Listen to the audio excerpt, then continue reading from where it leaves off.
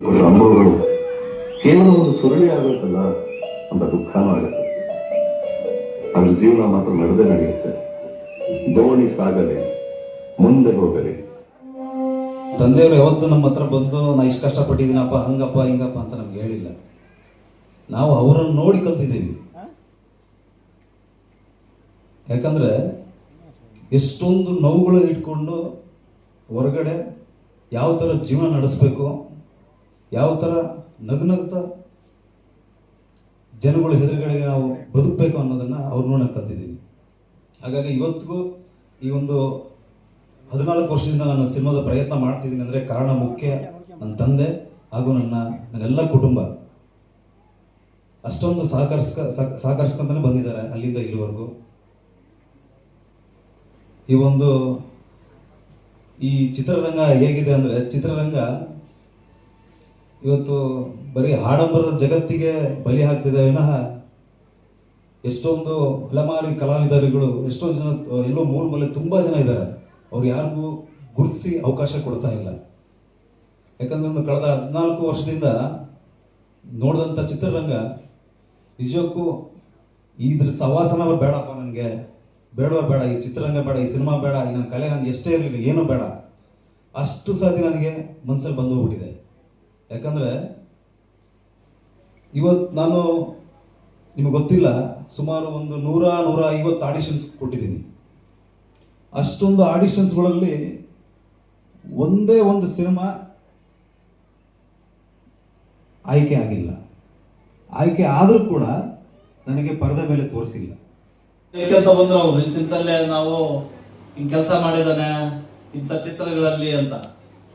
ಒಬ್ಬ ತಂದೆಯಾಗಿ ಅಷ್ಟು ಅದನ್ನು ಬೆಂಬಲಿಸ್ಬೇಕಾಗಿರೋದು ಅಥವಾ ಅದನ್ನು ದಾರಿ ತರುವಂಥದ್ದು ಆತನ ಕರ್ತವ್ಯ. ಹಾಗಾಗಿ ನನಗೊಂದು ಮಾತು ಹೇಳಿದ್ರು ಅವರು, ಏನಾರ ಮಾಡಿ ಮಾತಾಡಕರ ಆ ಚಿತ್ರರಂಗಕ್ಕೆ ಹತ್ರಕ್ಕೆ ಹೋಗಿಲ್ದಂಗೆ ಏನಾರ ಮಾಡಿ ಬಿಡಿಸ್ಬಿಡಪ್ಪ ಅಂತ. ಆದ್ರೆ ನಾನು ಅದನ್ನು ಈಗ ಹಂಗೆ ಮಾತಾಡಲ್ಲ. ಈಗ ಒಬ್ಬ ತಂದೆಯಾಗಿ ನೀವು ಅದನ್ನು ಮಾತಾಡೋದು ನನಗೆ ಸರಿ ಇದೆ. ಯಾಕಂದ್ರೆ ಒಬ್ಬ ತಂದೆಯಾಗಿ ಮಗನ ಎಲ್ಲ ಜವಾಬ್ದಾರಿ ಹೆಂಗಿರ್ಬೇಕು, ನನ್ನ ಮಗನ ಭವಿಷ್ಯ ಹೆಂಗಿರ್ಬೇಕು ಅದು ಕಾಣೋದು ತಪ್ಪಲ್ಲ. ಅದು ಆದ್ರೆ ಅದಕ್ಕೆ ಕ್ರಾಂತಿ ಅಂತ ಹೆಸರಿಟ್ಟಿರೋದ್ರಿಂದ ನಾನೀಗೊಂದು ಯೋಚನೆ ಮಾಡ್ತಾ ಇರೋದೇನಂದ್ರೆ, ಆ ಕ್ರಾಂತಿ, ಆ ಕಹಳೆ ಯಾವಾಗಲೂ ಕ್ರಾಂತಿ ಯಾವಾಗ ಆಗುತ್ತೆ? ಅಸಭ್ಯ ಸಮಾಜ ಇದ್ದಾಗ, ಸಮಾಜ ಸುಧಾರಣೆ ಆಗ್ಬೇಕು ಅಂದ್ರೆ ಕ್ರಾಂತಿ ಆಗ್ಬೇಕಾಗಿರುವಂಥದ್ದು ಒಂದು ಸಹಜ ಗುಣ. ಅದು ಯಾಕಂತಂದ್ರೆ ಕ್ರಾಂತಿಗೆ ನಾನು ಹೇಳೋದು ಇಷ್ಟೇ, ವ್ಯವಸ್ಥೆ ಇನ್ನು ಸರಿಯಾದ ದಿನಮಾನಗಳು ಬರಬೇಕು. ಅದು ಬಂದೇ ಬರ್ತತಿ. ಆತ್ಮವಿಶ್ವಾಸ ನಮ್ಮೆಲ್ಲರ ನಡುವೆ ಇರಬೇಕು. ಆತ್ಮವಿಶ್ವಾಸದಿಂದ ನಾವು ಕೆಲಸ ಮಾಡಬೇಕು. ನಮಗೆ ಬಹಳಷ್ಟು ನಾವು ನಮ್ಮ ಕಣ್ಣು ಮುಂದೆ ಬಹಳಷ್ಟು ಉದಾಹರಣೆಗಳು ಅದಾವು. ಯಾವ ಹಿನ್ನೆಲೆ ಇಲ್ಲದಂತವ್ರು ಮುಂದಕ್ಕೆ ಬಂದಂತ ಉದಾಹರಣೆಗಳು ಬಹಳಷ್ಟು ಅದಾವು. ಇಲ್ಲ ಅಂತ ಅನ್ನುವಂಥದ್ದು ಏನಿಲ್ಲ. ತಮಗೆಲ್ಲ ಇವತ್ತು ನೋಡ್ತಾ ಇದ್ರಿ, ಬಹಳ ಮಂದಿ ಚಲನಚಿತ್ರದಲ್ಲಿನೂ ಕೂಡ ಯಾವ ಹಿನ್ನೆಲೆ ಇಲ್ಲದಂತವ್ರು ಅವರು ಕೂಡ ಮುನ್ನೆಲೆ ಬಂದಂತ ದಿನಮಾನಗಳು ನಮ್ಮ ಮುಂದೆ ಇದಾವೆ. ಅದಕ್ಕೆ ಯಾಕಂದ್ರೆ ಇವತ್ತು ಅವನ ಜೊತೆಗೆ ಓದಿದವರು ಅಥವಾ ಅವನ ಸಬಾರ್ಡಿನೇಟ್ಸ್ ಏನಾಗಿದ್ದಾರೆ ಏನಿಲ್ಲ ಅನ್ನೋದು ನಮ್ಗೆ ಗಮನಕ್ಕೆ ಬಂದಾಗ ಅದ್ರಲ್ಲಿ ಯಶಸ್ವಿಯಾದಾಗ ಮಾತ್ರ ಅದಕ್ಕೆ ತೃಪ್ತಿ ಸಿಗ್ತದೆ. ನಾವು ಆಗದೇ ಇದ್ರೆ ನಮಗೆ ಅತೃಪ್ತಿ ಆಗ್ತದೆ, ಅಸಮಾಧಾನ ಆಗ್ತದೆ, ನೋವಾಗ್ತದೆ, ಆ ಸಂಕಟ ಆಗ್ತದೆ. ಇದರ ನಡುವೆ ಅವನು ಕಳೆದ 13 ವರ್ಷಗಳಿಂದ ನಿರಂತರವಾದ ಪ್ರಯತ್ನವನ್ನು ಬೆಂಗಳೂರು ಸೇರಿದಂತೆ ರಾಜ್ಯದ ಬೇರೆ ಬೇರೆ ಭಾಗಗಳಲ್ಲಿ ಬೇರೆ ಬೇರೆ ಸಿನಿಮಾಗಳಿಗೆ ಪ್ರಯತ್ನ ಮಾಡಿ ಆಡಿಷನ್ಗಳು ಕೊಟ್ಕೊಳ್ತಾ ಬಂದ. ಯಾಕಂದ್ರೆ ಇದೆಲ್ಲ ಎದಕ್ಕಪ್ಪ ಸುಮ್ಮನೆ ಬಿಟ್ಬಿಡು, ಇವೆಲ್ಲ ಮತ್ತೆ ನಮ್ಮ ಸರಿ ಆಗೋದಿಲ್ಲ, ಇದಕ್ಕೆ ಬ್ಯಾಕ್ ಬೋನ್ ಇರಬೇಕು, ಆಮೇಲೆ ಹಣ ಇರಬೇಕು ಅಂತ ಹೇಳಿ ನಾವು ಪ್ರಯತ್ನ ಮಾಡಿದ್ವಿ. ಅದ್ರಾಗ ನಮ್ಮ ಪಾಲಿನ ದೈವ MP ರವೀಂದ್ರ ಅವರು ಅವರಲ್ಲಿರ್ತಕ್ಕಂಥ ಪ್ರತಿಭೆಯನ್ನು ಗುರುತಿಸಿ ಅವನ ಬೆಂಗಳೂರಿನ ಕೋರಮಂಗಲಲ್ಲಿ ಇರ್ತಕ್ಕಂಥ ಒಂದು ಲೈವ್ ವೇರ್ ಅಂತ ಒಂದು ಬಾಂಬೆದ ಇನ್ಸ್ಟಿಟ್ಯೂಟ್ ಒಂದು ಬ್ರಾಂಚ್ ಮ್ಯೂಸಿಕ್ ಸ್ಕೂಲ್ಗೆ ಸೇರಿಸಿದ್ರು. ಅಲ್ಲಿ ಕಾರಣಾಂತರದಿಂದ ಅಲ್ಲಿ ಎಲ್ಲ ಕೇರಳಿಯನ್ಸು ತಮಿಳಿಯನ್ಸ್ ಇರೋದ್ರಿಂದ ಅಲ್ಲಿ ಊಟದ ಸಮಸ್ಯೆ ಆಗಿದ್ದರಿಂದ ಅವನು ಹೊಳ್ಳಿ ಬರಬೇಕಾಯ್ತು. ಸುಮಾರು 50,000 ಹಣವನ್ನು ಕಟ್ಟಿ ಅವರು ಅಲ್ಲಿಗೆ ಅವನ್ನ ಅಡ್ಮಿಷನ್ ಮಾಡಿದ್ರು. ಅಂತ MP ರವೀಂದ್ರ ಅವರು ಇವತ್ತು ನಮ್ಮ ಮುಂದೆ ಇಲ್ಲ. MP ರವೀಂದ್ರ ಅವರು ಏನಾರ ಇವತ್ತು ನಮ್ಮ ಮಧ್ಯೆ ಜೀವಂತವಾಗಿ ಇದ್ದಿದ್ನಂತಂದ್ರೆ ಅವ್ರು ಇಷ್ಟೊತ್ತಿಗೆ ಸ್ಟಾರ್ ಆಗಿ ಹೋಗ್ಬಿಡ್ತಿದ್ದ. ಬಿಫೋರು ಕ್ರಾಂತಿಯವರು ನಮ್ಮ ಆಫೀಸ್ ಬಂದಿದ್ರು. ಸರ್, ಒಂದು ಟೆಲಿಫಿಲ್ಮ್ ಅದ ಬಿಡುಗಡೆ ಮಾಡ್ಬೇಕ್ರಿ ಸರ್, ಅದಕ್ಕೆ ಫಂಕ್ಷನ್ ಬರ್ರಿ ಅಂತ ಹೇಳಿದ್ರು.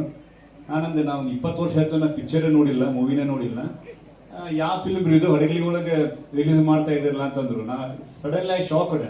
ಹೌದಾ, ಇಲ್ಲಿ ಹಡಗಲಿ ನಾವು ಯಾವುದೋ ಒಂದು ಟೆಲಿಫಿಲ್ಮ್ ಉದ್ಘಾಟನೆ ಆಗತ್ತಾ ಅಂತ ಹೇಳ್ಬಿಟ್ಟು, ಇಲ್ಲ ಸರ್ ನಾನೇ ಮಾಡಿದ್ದೀನಿ, ನಾನೇ ಆಕ್ಟಿಂಗ್ ಮಾಡಿದ್ದೀನಿ ಮತ್ತು ಅದರದ್ದು ನಾನೇ ಸ್ಟೋರಿ ಬರ್ತಿದ್ದೀನಿ ಮತ್ತು ನಾನೇ ಡೈರೆಕ್ಷನ್ ಮಾಡಿದ್ದೀನಿ ಅಂತಂದ್ರು. ಅವ್ರು ನಂಗೆ ಬಹಳ ಖುಷಿ ಆಯ್ತು. ಯಾಕಂದ್ರೆ ಇಂಥ ಹಡಗಲಿ ಪ್ಲೇಸಸ್ ಒಳಗೆ ಇಂಥ ಕಲಾವಿದರು ಮತ್ತು ಇಂಥ ಪ್ರತಿಭಾವಂತರು ಅದಾರ ಅಂತ ಹೇಳ್ಬಿಟ್ಟು. ಯಾಕಂದ್ರೆ ನಾನು ಇಲ್ಲಪ್ಪ, ನಾನು ಯಾವ ಮೂವಿನೇ ನೋಡಿಲ್ಲ ಇಲ್ಲಿವರೆಗೂ, ಬಹಳ ದಿನ ಆಗೈತಿ. ನಾನು ನೌಕರಿಗೆ ಸೇರಿ ಒಂದು 20 ವರ್ಷ ಆಯ್ತು. 20 ವರ್ಷದಿಂದ I not seen any picture ಅಂತ ಹೇಳ್ಬಿಟ್ಟು ನಾನು ಅಂದೆ ಅವ್ರಿಗೆ, ಇಲ್ಲ ಸರ್ ನೀವು ಬಂದು ನೋಡ್ರಿ, ನಾನೇ ಪಾರ್ಟಿಸಿಪೇಟ್ ಮಾಡ್ತೀನಿ ಅಂತ ಹೇಳಿದ್ರು. ಅವ್ರು ನಂಗೆ ಭಾಳ ಖುಷಿ ಆಯ್ತಪ್ಪ, ನಾನು ಬಂದೇ ಬರ್ತೀನಿ ಅಂತ ಹೇಳಿದೆ. ನಿನ್ನೆ ಏನಾದರೂ ನಂಗೆ ಬರಕ್ ಹಾಕಿದ್ದಿಲ್ಲ, ಇವತ್ತು ನಾನೇ ಟೈಮ್ ತಗೊಂಡು ಬಂದೆ ಅವ್ರ ಸಲುವಾಗಿ. ಒಂದು ಐ ಥಿಂಕ್ ಒಂದು ಒನ್ ಅವರ್ ಇದು ಮೂವಿ ಇದೆ, ಇದು ಟೆಲಿಫಿಲ್ಮ್. ಇದು 3 hours ಹೊರಗಡೆ ನೋಡ್ತೀವಿ ಆ ಥರ ಮೂವಿ ಎಲ್ಲ ಇದು. ಒನ್ ಅವರ್ ಎಲ್ಲರೂ ನಾವು ಸ್ಪೀಚ್ ಮಾಡ್ತಾ ಇದ್ದೀವಿ. ಬಟ್ ನೀವು ಕಾದು ಕುಳಿತಿದ್ದು ಎದಕ್ಕಪ್ಪ ಅಂತಂದ್ರೆ ಅದು ಸ್ಟಾರ್ಟ್ ಆಗುತ್ತೆ, ಈಗ ಡಿಸ್ಪ್ಲೇ ಆಗುತ್ತೆ. ನಾವೆಲ್ಲರೂ ಒಂದು 1 hour ನೋಡ್ಬಿಟ್ಟು ನಾವು ಎಂಜಾಯ್ಮೆಂಟ್ ಮಾಡೋಣ. ಏನಾಗುತ್ತೆ, ಯಾರು ಮಕ್ಕಳು ಇಲ್ಲಪ್ಪ ನನ್ನ ಮಗ ಹೀರೋ ಆಗಲಿ, ನನ್ನ ಮಗ ಡೈರೆಕ್ಷನ್ ಮಾಡಲಿ, ಅಥವಾ ನನ್ನ ಮಗ ಒಂದು ಕತೆ ಬರಲಿ ಅಂತೇಳಿ ಯಾರು ಹೇಳಂಗಿಲ್ಲ. ನನ್ನ ಮಗ ಏನಾಗಬೇಕು, ಡಾಕ್ಟರ್ ಆಗಬೇಕು, ಇಂಜಿನಿಯರ್ ಆಗಬೇಕು, ಏನೇನೋ ಆಗಬೇಕು, ಗೌರ್ಮೆಂಟ್ ಕೆಲಸ ಸೇರಬೇಕು, ಒಂದು ದೊಡ್ಡ ಆಫೀಸರ್ ಆಗಬೇಕು, UPSC ಎಕ್ಸಾಮ್ ಬರೀಬೇಕು, KPSC ಎಕ್ಸಾಮ್ ಬರೀಬೇಕು ಅಂತ ಹೇಳ್ಬಿಟ್ಟು ಡಿಸೈಡ್ ಮಾಡಿರ್ತಾರೆ. ಆದ್ರೆ ಕ್ರಾಂತಿ ಅವ್ರ ಮನ್ಯಾಗ ಏನು ಅನ್ಕೊಂಡಿಲ್ಲ, ಇವಾಗ ಈ ಥರ ಆಗ್ತಾನೆ ಅಂತ ಹೇಳ್ಬಿಟ್ಟು ತನ್ನ ಸ್ವಂತ ಪ್ರತಿಭೆಯಿಂದ ಆ ಥರ ಆಗಿದ್ದಾನವ. ಅವ್ನಿಗೆ ಯಾವುದೂ ಬ್ಯಾಕ್ಗ್ರೌಂಡ್ ಇಲ್ಲ. ನೀವು ನೋಡ್ತಿರ್ಬೇಕು, ಹೀರೋನ್ ಮಕ್ಕಳು ಹೀರೋ ಇರ್ತಾರೆ, ಹೌದಾ? ಅವ್ರ ಮನೆಯಲ್ಲಿ ಯಾರು ಹೀರೋನು ಇಲ್ಲ, ಯಾರು ಹಿಂದೆ ಯಾರೋ ಡೈರೆಕ್ಷನ್ ಮಾಡಿಲ್ಲ, ಪ್ರೊಡ್ಯೂಸರು ಇಲ್ಲ, ಯಾರೋ ರೈಟರು ಇಲ್ಲ. ತನ್ನ ಸ್ವಂತ ಶ್ರಮದಿಂದ, ಡೆಡಿಕೇಶನ್ದಿಂದ ಆತ ಮುಂದೆ ಬಂದಿದ್ದಾನೆ. ಅದಕ್ಕೆ ನಾನು ಹೇಳ್ತಾ ಇದ್ದೀನಿ, work work work, you will get success. Dedication ಮಾಡಿ, definite you will get success. ಯಾಕಂದ್ರೆ ಈಗಿನ ಜನರೇಷನ್ ಆಗಿ. ಪ್ರಿಯ ವೀಕ್ಷಕರೇ, ಇಂದು ಬಿಡುಗಡೆಗೊಂಡಂತಹ ಒಂದು ಟೆಲಿ ಚಿತ್ರ ಏನಿದೆ, ಜಾರಣಿ ಎನ್ನುವಂತಹ ಚಿತ್ರ, ಕ್ರಾಂತಿ ಅಭಿನಯದ ಚಿತ್ರ ಎಲ್ಲರ ಮೆಚ್ಚುಗೆಗೂ ಕೂಡ ಪಾತ್ರವಾಯಿತು ಅಂತಲೇ ಹೇಳ್ಬೋದು. ಈ ಒಂದು ಚಿತ್ರ ಬಿಡುಗಡೆಗೆ ಚಾಲನೆ ನೀಡಿ ಮಾತನಾಡಿದಂತಹ ಕೋಡಿಹಳ್ಳಿ ಭೀಮಣ್ಣವರು, CPI ದೀಪಕ್ ಬುಸ್ರೆಡ್ಡಿಯವರು, ಆಶೀರ್ವಚನವನ್ನು ನೀಡಿದಂತಹ ಸದ್ಗುರು ಗಾಡಿತಾತ್ನವರು ಕೂಡ ಉತ್ತಮವಾದಂತಹ ಅಭಿಪ್ರಾಯವನ್ನು ವ್ಯಕ್ತಪಡಿಸಿದರು ಒಂದು ಸಿನಿಮಾ ಬಗ್ಗೆ. ಈ ಒಂದು ಟೆಲಿ ಚಿತ್ರ ಏನಿದೆ ಅತ್ಯಂತ ಉತ್ತಮವಾಗಿ ಮೂಡಿಬಂದಿದೆ. ಕೇವಲ 45 ನಿಮಿಷಗಳಲ್ಲಿ ಇಂತಹ ಒಂದು ಪ್ರಯತ್ನವನ್ನು ಮಾಡಲಾಗಿದೆ. ಕ್ರಾಂತಿಯಲ್ಲಿ ನಿಜಕ್ಕೂ ಕೂಡ ಒಬ್ಬ ಕಲಾವಿದನಿದ್ದಾನೆ ಎನ್ನುವಂತಹದ್ದಂತೂ ಸಾಬೀತಾಯಿತು. ಬಹಳಷ್ಟು ಅದ್ಭುತವಾದಂತಹ ಒಂದು ಚಿತ್ರ ಅಂತಲೇ ಹೇಳ್ಬೋದು. ಚಾರಣಿ, ಯಾವುದೇ ಅಶ್ಲೀಲ ಸಂಭಾಷಣೆಗಳಿಲ್ಲ, ಅಶ್ಲೀಲ ದೃಶ್ಯಗಳಿಲ್ಲ. ಲವ್ ಸ್ಟೋರಿ ಆದರೂ ಕೂಡ ಮೈತುಂಬ ಬಟ್ಟೆ ಉಟ್ಟು ಹೀರೋ ಮತ್ತು ಹೀರೋಯಿನ್ ಇಬ್ಬರೂ ಕೂಡ ಒಂದು ಪಾತ್ರಗಳಿಗೆ ಜೀವವನ್ನು ತುಂಬಿದಂತಹದ್ದನ್ನು ಇಲ್ಲಿ ನೋಡಬಹುದು. ಇಂತಹ ಒಂದು ಉತ್ತಮವಾದಂತಹ ಸಂದೇಶವನ್ನು ಸಾರುವಂತಹ ಚಿತ್ರ ನಿಜಕ್ಕೂ ಕೂಡ ಜನಮೆಚ್ಚುಗೆಗೆ ಪಾತ್ರವಾಯಿತು. ಪ್ರೋತ್ಸಾಹ ಸಿಗಲಿ, ಕ್ರಾಂತಿ ಇನ್ನು ಹೆಚ್ಚಿನ ಮಟ್ಟದಲ್ಲಿ ಒಬ್ಬ ಹೂವಿನಡಗಲಿ ಮಲ್ಲಿಗೆ ನಾಡಿನ ಕಲಾವಿದ ಹೆಚ್ಚಿನ ಮಟ್ಟದಲ್ಲಿ ಬೆಳೆಯಲಿ ಎನ್ನುವಂತಹದ್ದು ಇಲ್ಲಿನ ಎಲ್ಲ ಜನರ ಆಶಯ ಮತ್ತು ಆಶೀರ್ವಾದವೂ ಕೂಡ ಆಗಿದೆ. ಅತ್ಯಂತ ಒಂದು ಉತ್ತಮ ರೀತಿಯಲ್ಲಿ ಕಥಾ ಹಂದರವೂ ಕೂಡ ಇದೆ. ಉತ್ತಮವಾದಂತಹ ಸಂಭಾಷಣೆ, ಉತ್ತಮವಾದಂತಹ ವಸ್ತ್ರಾಲಂಕಾರ, ಉತ್ತಮವಾದಂತಹ ನಿರ್ದೇಶನ, ಸಂಕಲನ ಎಲ್ಲವೂ ಕೂಡ ಅತ್ಯುತ್ತಮವಾಗಿ ಮೂಡಿಬಂದಿರೋದ್ರಿಂದ ಚಿತ್ರ ಪ್ರಶಂಸೆಗೆ ಪಾತ್ರವಾಯಿತು.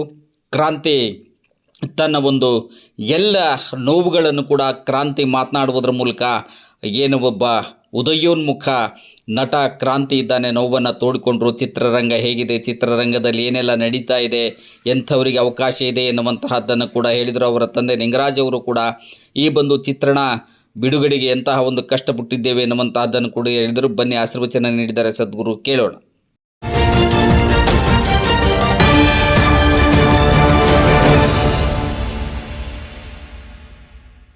ಒಂದು ಮಕ್ಕಳಲ್ಲಿ ನಿಮ್ಮೆಲ್ಲರ ಅಂತರಾತ್ಮದೊಳಗೆ ಸಾಕ್ಷಾತ್ ಭಗವಂತನೇ ನೆಲೆಸಿದ್ದಾನೆ ಅಂತ ತಿಳಿದು ನಿಮ್ಮೆಲ್ಲರ ಆತ್ಮಕ್ಕೆ ಶರಣಾಗ್ತೇವೆ.